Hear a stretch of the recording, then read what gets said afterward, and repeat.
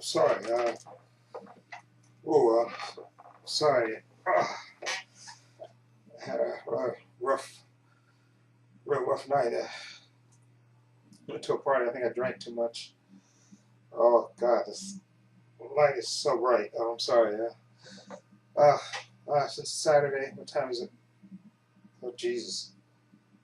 Stuff through the day. Oh Jesus. Um. Since you're here, and oh my God, my head is killing me. Since you're here, why not continue my tradition? Sorry about that. And let me put this down. Sorry for the mess. Why not continue my tradition and review 2 movies for you if I can find them? But you know what? Why not do the magic of instant change and just click and change, and I'll be in my movie reviewing outfit. And okay, here we go. Presto change up. I'm back. See? Now I feel a lot better. My nice movie review clothes, and clothes make the man. So I'm in good spirits. Anyway, since it's Saturday, I want to continue my tradition of reviewing 2 movies. I have the 2 movies right here, 2 3D movies. And let's start with this one first. Excuse me, not that one. This one first. Monsters University, which came out this year. And actually, this is a prequel to the 2001. I can't believe it's been that long. 2001 when the original came out. By Disney Pixar, Monsters University. And this one is about the 2 characters, Mike and Sully. Okay, Mike, right there, the one-eyed guy there, and Sully. This is their college years. You know, in Monsters Inc. they were best friends, and they worked at Monsters Inc., which is a place where they actually they worked, and they were scarers, and they went to visit kids at night and scare them and bottled their screams into and use that as a power source to power the city. Okay, but this takes place when they didn't know each other back in Monsters University, when they both went to Monsters University to learn how to become scarers. And there's a nice opening scene where they have Mike as a little kid. You know, he's an eager little kid, but he's, you know, kind of looked down at the other kids because of his small size. And they go on a field trip to Monsters Inc. And that's where he really wants to become a scarer. That's when, since that visit there, and something happens there, and that visit that makes him want to be a scarer all his life. And then, of course, when he gets of age, he grows up. That's where he's going. So, and they do a real good job of showing like the first thing of college and stuff, all the experiences about joining a frat, signing up for registration and everything, meeting other new students and stuff. And it's really good the way they do this in the movie. It's just like a real college experience, and it's really done very well. And anyway, of course, Mike wants to go to the School of Scaring at Monsters University. That's where you learn to become a scarer, and then hopefully get a job, working at Monsters Inc. So he goes there, and of course he runs he actually meets Sully there, or Sullivan.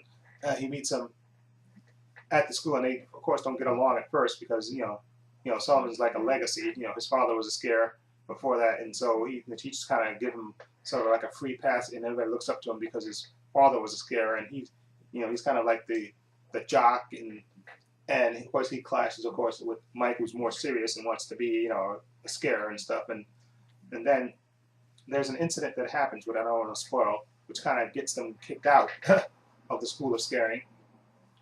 Okay, and then they have this what you call a school scare Olympics, where all the frats they compete, and for a prize to see who's the best scarer at that point, and Mike makes a promise with the dean, who he's kind of run afoul of, that if they win, if his frat that he picks wins, the Scare Olympics, that he can go back to the Scare the School of Scare.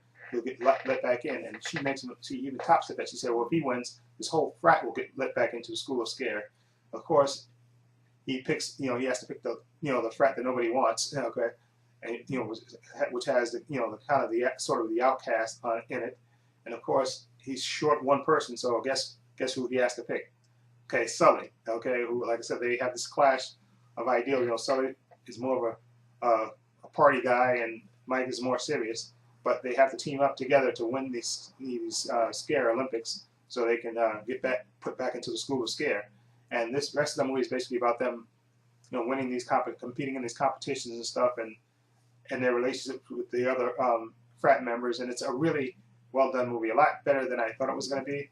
Okay, it really had a lot of heart to it and stuff, and you see there's several incidents that happen in this movie, and you see how they become, how they become friends, and it's a really well done movie, actually, a lot better than I thought it was going to be. So I give this, I think this is just a little notch below Monsters Inc., which I thought was just excellent. Okay, I think this one is just a notch below. Like I said, in all these Pixar animation movies on Blu-ray, it looks absolutely beautiful. Okay, and it looks as beautiful, and the story has a little heart to it too, which is good. And like I said, I really enjoyed it. So I would definitely give this a 7.5. Okay, definitely enjoyable, totally worth getting on Blu-ray. It looks absolutely beautiful. Okay, now the next movie is another movie that came out this year, and this is called R.I.P.D, starring Jeff Bridges and Ryan Reynolds. Ryan Reynolds? No, that sounds like Elmer Fudd. Ryan Reynolds. Okay, this is the Rest in Peace department, basically, and basically in this movie, it's Ryan Reynolds. He's a cop in the beginning of the movie, and you see him burning what looks like gold, and then you later see him with a scene with his wife, and basically, he's talking about their money problems, and basically she tells him, "Listen, I don't need anything except you." Okay, and of course you see that touches him, and then the next morning when he goes to work, his partner is played by Kevin Bacon in this movie, and you get from their conversation the gist of that. When they went on a drug bust, they found this gold, and he took his part, and Kevin Bacon took his part. But Ryan Reynolds tells Kevin Bacon, "Listen, I don't want to do this. My wife, she said we're good, so I don't really want to start down this road of being a dirty cop. So he said I'm going to turn myself into evidence." And then Kevin Bacon sort of goes, "Okay, I understand." And then they get a tip on this big major drug dealer. They want to, so they go in with SWAT. Everybody, guns are blazing. There's shootouts left and right.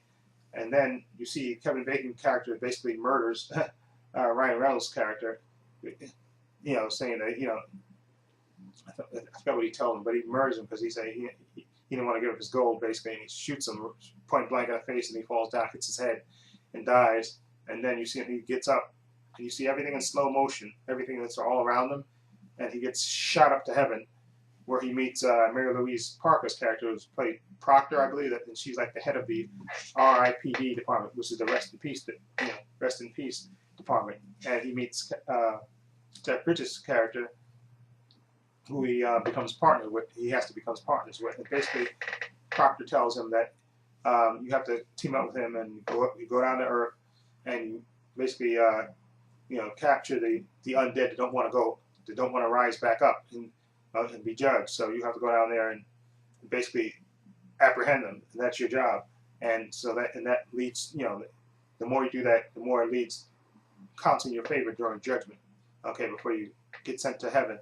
Okay, and now this movie is sort of like a Men in Black type of movie. Well, this movie is based on a graphic novel, and I don't know if the Men in Black movie, well, because I know which came first, but I know this movie was in development hell for a long time, and this is based on a graphic novel.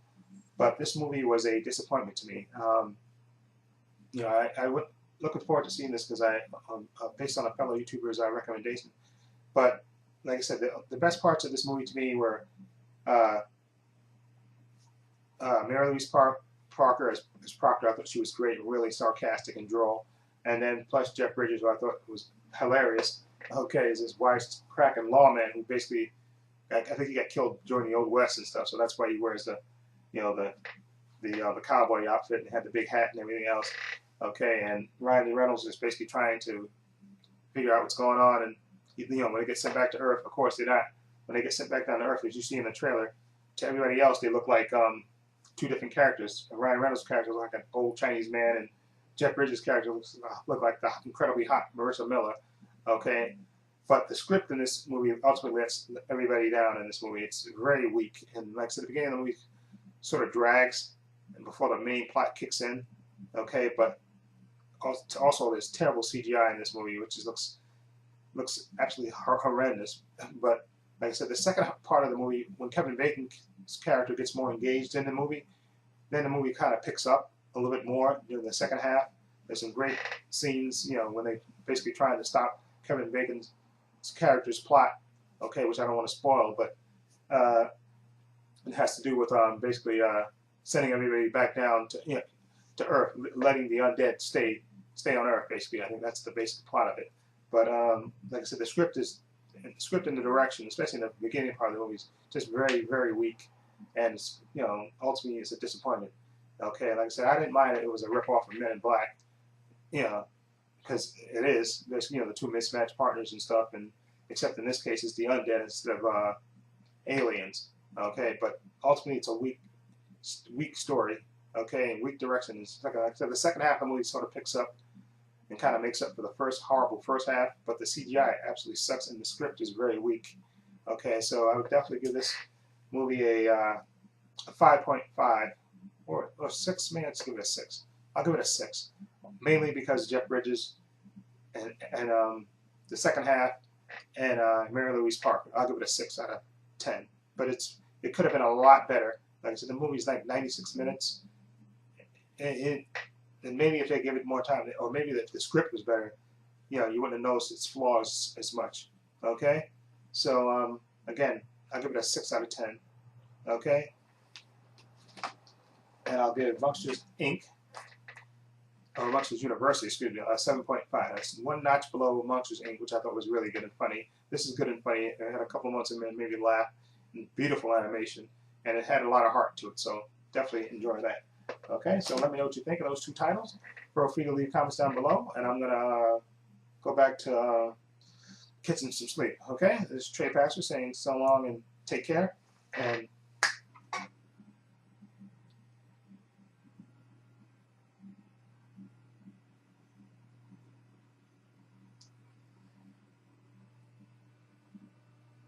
well, I hope you enjoy those reviews.